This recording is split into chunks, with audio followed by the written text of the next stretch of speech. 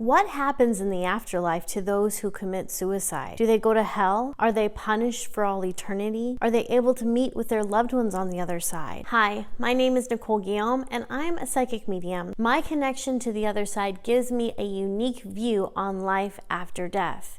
My ability to connect to those spirits on the other side gives me the opportunity to ask them questions that you want answers to, such as what happens in the afterlife? How can we live our best life now? And of course, the answer to the age-old question, what happens when we die? Well, it depends. And in this video, we are diving strictly into the topic of suicides. Now, please know that when I talk about suicide, I am referring to people who took their own life because they hated themselves, or they hated this world, or maybe they were going through intense anxiety or depression and they saw that as their way out. I'm not talking about euthanasia, which I've created a whole video on that if you'd like to take that out. That's a completely different energy than suicide. And I'm also not talking about accidental deaths like accidental overdoses. That is also a different energy. When I talk about suicide, I am speaking about someone who meant to take their own life. This was probably planned. It was done on purpose, whether there was a letter or not. It is something that they thought about, that they contemplated for days, weeks, maybe even years, and they finally took that act. Now, the most common question that I get is, do suicides go to hell? This is not a black and white answer. So let me just explain this. On the other side, there are several different realms, and they all seem to layer upon each other. Now, when someone crosses over into the other side, they can end up in a variety of these different realms. They can end up in a lower realm, which we might consider a form of hell, or they can end up in one of the higher realms, which most of us would refer to as heaven or Summerland. What I find is that people who commit suicide usually end up in one of the lower realms. Now, when I talk about the lower realms, that doesn't necessarily mean hell. I'm not talking fire and brimstone here. When I'm talking about a lower realm, I am talking about a realm that is heavier than this one, that is darker than this one, so there's not even as much light. And one of the things that suicides have told me is that the pain that they felt in their emotional body now seems to be present in their physical body as well. Because when we cross over, when our spirit does make that transition, we're given a new body that is just as real to that realm as this one is to this realm. So in that new body that they have, they might find that they're actually heavier. They might find that they actually took all of that pain with them, and now it is manifesting in a physical form. But again, not talking fire and brimstone here. And while that sounds very sad, and it is, the good news is that they don't usually stay there. The reason that suicides end up in this realm is because even on the other side, everything has to be a vibrational match, just like it does here. So if we want to attract more money, we have to think about what type of person we need to be in order for us to be able to attract that. If we want to attract a loving, healthy relationship, we need to think about the type of person we need to become in order to attract that healthy, happy relationship. And if a person commits suicide and goes to one of those darker realms, they have to consider what type of person they need to become, what type of vibration they need to adapt to so that they can enter the kingdom of heaven, enter into that vibration. I would not say that suicides go to hell. I would say that they go to a realm where they are uncomfortably encouraged to work through their issues. They don't go to a place where there's fire and brimstone, but they do go to a place where they have to face the reality of what it is that they did, and they still have to work through those issues that they try to escape. And those are usually emotional issues, issues of self-worth, issues of not feeling good enough, issues of having just a very heavy heart all the time. So while this may seem like a form of punishment, it's actually not. It is a tool, it is a method to help that soul to expand and evolve. Because here's the deal. We see this even in this realm, right? That sometimes people need to feel an element of pain before they finally push themselves forward. It's unfortunate, but that's how we work sometimes. If we are in a situation where we are comfortably uncomfortable, and this could be a bad relationship, this could be a religion that no longer rings true for us, this could even be a career or where we live, we know that we've outgrown that thing. We know that it doesn't really resonate with us anymore and give us joy, but we choose to stay there because it's what we know, it's familiar, it feels safe yet unsafe at the same time. And in order for us to move forward, that level of comfort has to diminish. We might end up in a situation where the universe allows us to get fired, so we move out of that job or position. We may end up in a situation where our spouse or our significant other becomes so abusive and so careless in their words or actions that we absolutely cannot spend another day with them. So pain is the catalyst for change. Not always, but a lot of times that seems to be true. So this next question is interesting, and it was phrased to me like this. Are they going to suffer the consequences, or will there be angels and guides helping them to cross over? That is a fascinating question. I will be the first to admit that my view on this is very different than what you're going to hear from most mediums. That said, when we cross over, regardless of the means, there are always going to be angels and guides to assist with that transition. And their responsibility, or rather what they're in charge of, is to guide us to the realm that we belong in. I have not seen a suicide who was aware of the presence of their angels or guides or guardians when they made that crossover, when they made that transition.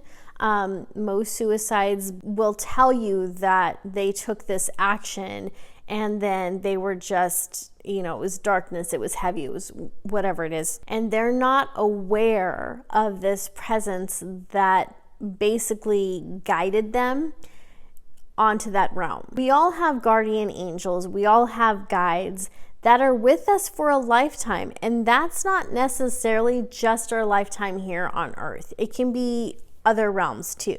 So these are guardians, these are guides that are with us through all of our incarnations.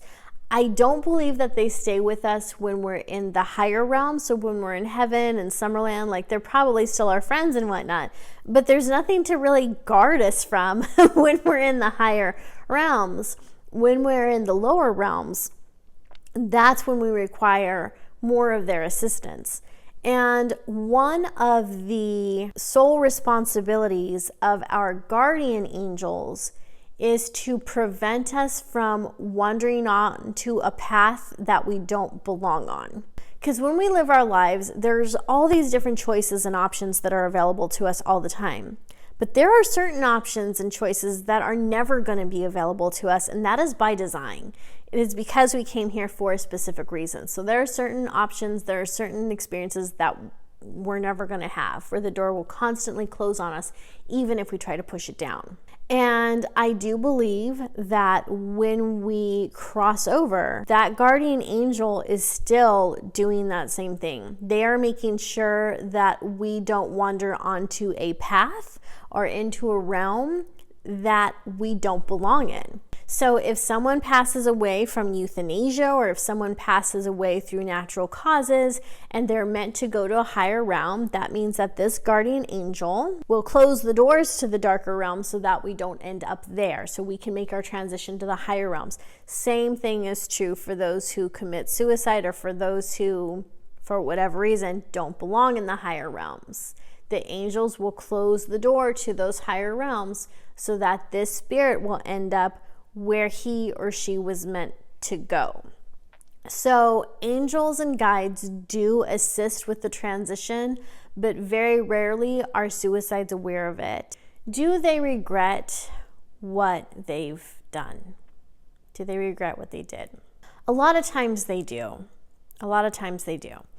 A lot of times they will see the heartache and the pain and the trauma that they've caused those of us who are still here. They are able to see that even from this darker realm that they're in. So the other part of that is that they also feel that. Sometimes what will happen with suicides is when they're alive, they feel numb, right? If someone's severely depressed, they might feel numb. And they might feel numb because that center of their brain just started to shut off, or maybe they were taking some type of medication that numbed them and they weren't able to think straight. There's a lot of different reasons as to why their emotions might eventually shut off and they become numb and they don't know how to maneuver through that. So when they make their exit through suicide, they are now able to feel a lot. And one of the things that they do feel isn't just regret.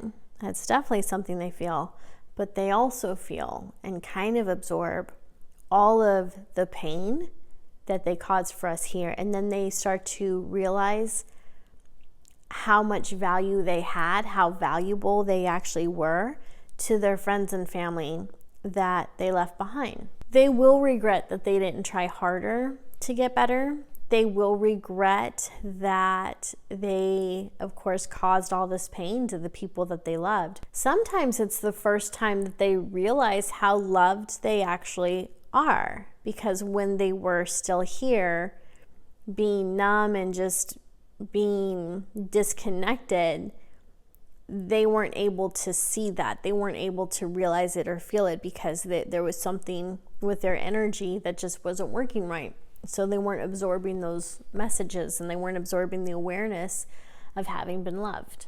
But they will also regret not taking more responsibility for themselves. But here's the kicker, is that when they were alive, they did feel like they were doing all that they could, right? They felt that way.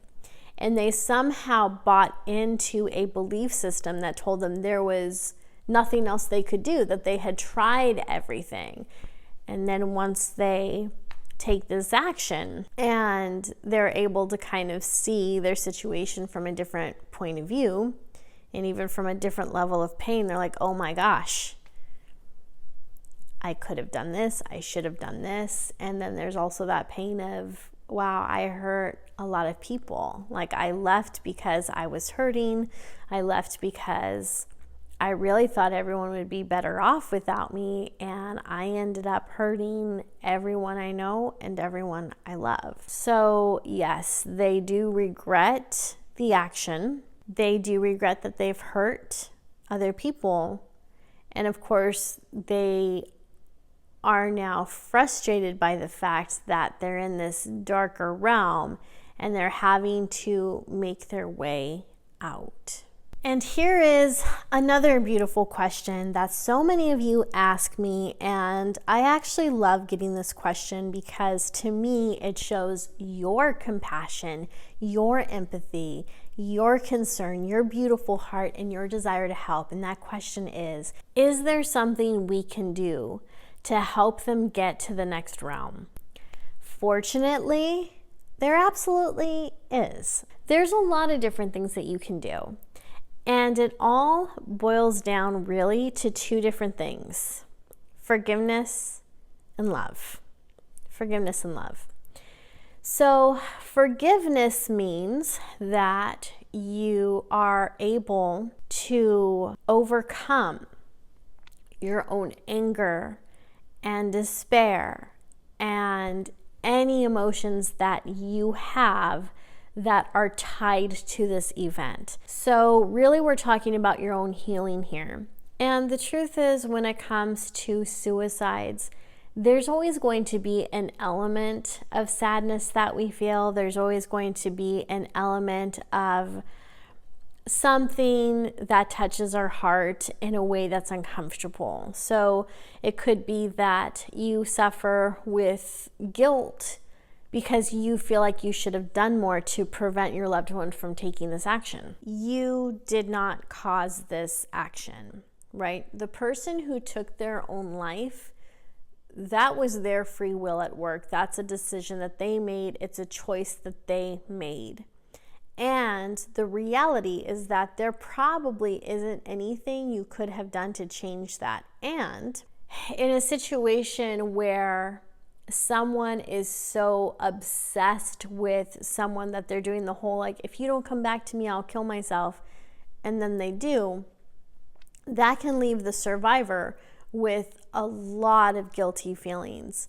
And that's manipulation, right? That's a horrible thing to do to someone, and unfortunately, it happens. In that type of a situation, it's really hard to come to terms with the belief and the understanding that regardless of what this person may have said to you before they took their own life, it was not your responsibility. It was not your responsibility to save this person. You are not responsible for them taking their life. Like, this is all on them, because again, free will. They had a choice to live. They had a choice to do this, and they chose this. They made the wrong choice, and that is not your responsibility, nor should it be your burden to carry. And that can be really hard to come to terms with, because so many of us are so good at self-punishment. It takes time to work through those feelings.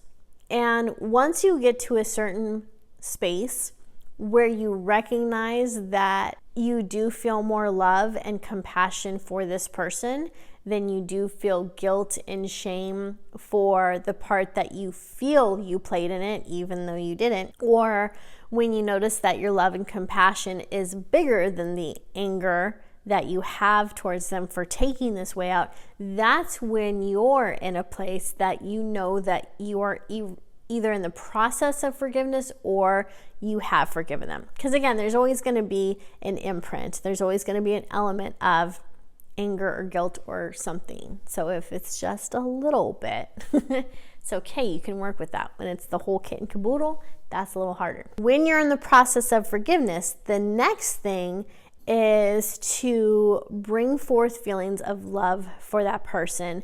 And I'm not talking about a romantic love here, even though for some of you, maybe that is what you feel for someone on the other side. But I'm talking about that deep love and compassion that you have for someone that you care about. It's like that best friend love. So when I think about my best friends, I think about how I want to see them succeed. I think about all of the joy that they bring other people. I think about all of their gifts. I often think to myself, gosh, I'm so lucky to know these people. Like, I'm so lucky to have, Mary in my life, Rachel in my life, Mike in my life, Julie in my life, all these different people that I'm so profoundly lucky to know. And I want to see them happy. I want to see them safe. I want them to be in places where they are loved. I want them to be in communities where they are loved and adored and appreciated. Like, I want the absolute best for all of my friends. And so what do I do to accomplish that? I say prayers for them. I speak goodwill over them. I speak blessings over them. I might light a candle and say a prayer for them. So those are all the different things that we do for the living. And guess what? We can do the same thing for those in the afterlife, regardless of what realm they are. Because here's the thing.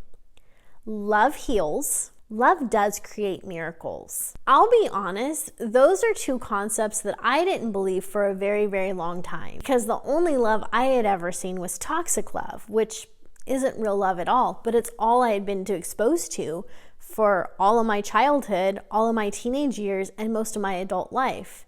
So it took me a long time to understand this concept and believe this concept, and it's not until I saw evidence of it and experienced it that I realized, wow, love really does heal, and love really does create miracles. And you know what I've learned as a psychic medium? Love is not contained by time or space. Love expands outside all of that. Love cannot be held in a container.